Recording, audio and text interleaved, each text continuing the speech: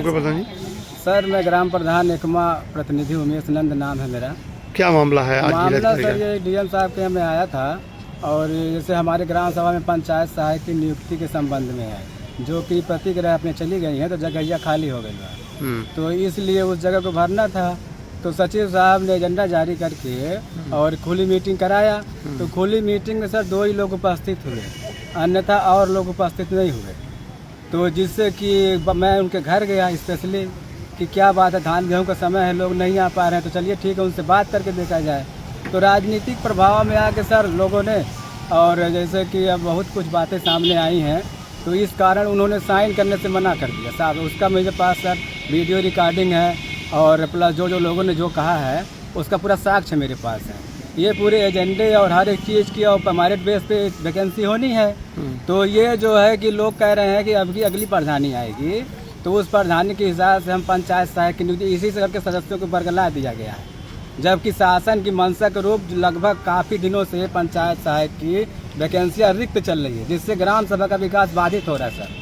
ठीक है, तो मैं आपसे यही माध्यम, अब सरकार के माध्यम डीएम साहब के, तो उन्होंने डीपीआरओ साहब के लेके भेजा मुझको। उन्होंने सेक्रेटरी साहब से बात की, उन्होंने कहा कि ये आपकी लापरवाही का नतीजा है कि जो ये भोगना पड़ रहा है। तो जैसे साहब मैं यही चाहता हूँ कि नियुक्तियाँ हो जाए और ग्राम सभा का विकास सुचारू रूप से चले। क्या कहा सीडीओ साहब ने? सीडीओ साहब ने कहा है कि जाइए आप सेक्रेटरी साहब के पास और उनसे बात की, जैसा वो कहते हैं वैसा आप हमको बताइए। अच्छा, सेक्रेटरी साहब इसमें लापरवाही कर रहे हैं? अब लापरवाही सर, अब मैं क्या कहूँ, काम नहीं हो रहा तो लापरवाही ये है।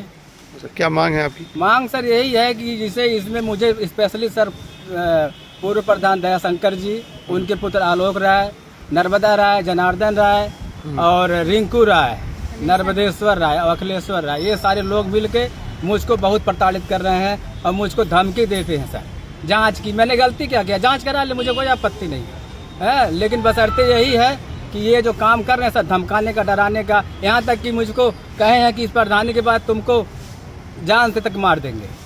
ठीक है सर, तो मेरे को डर नहीं है, सच्चाई के रास्ते पर चल रहा हूँ, मर जाऊँगा तो कोई बात नहीं, लेकिन बशर्ते ये है कि ये न्याय संगत काम में बाधक बन रहे हैं सर।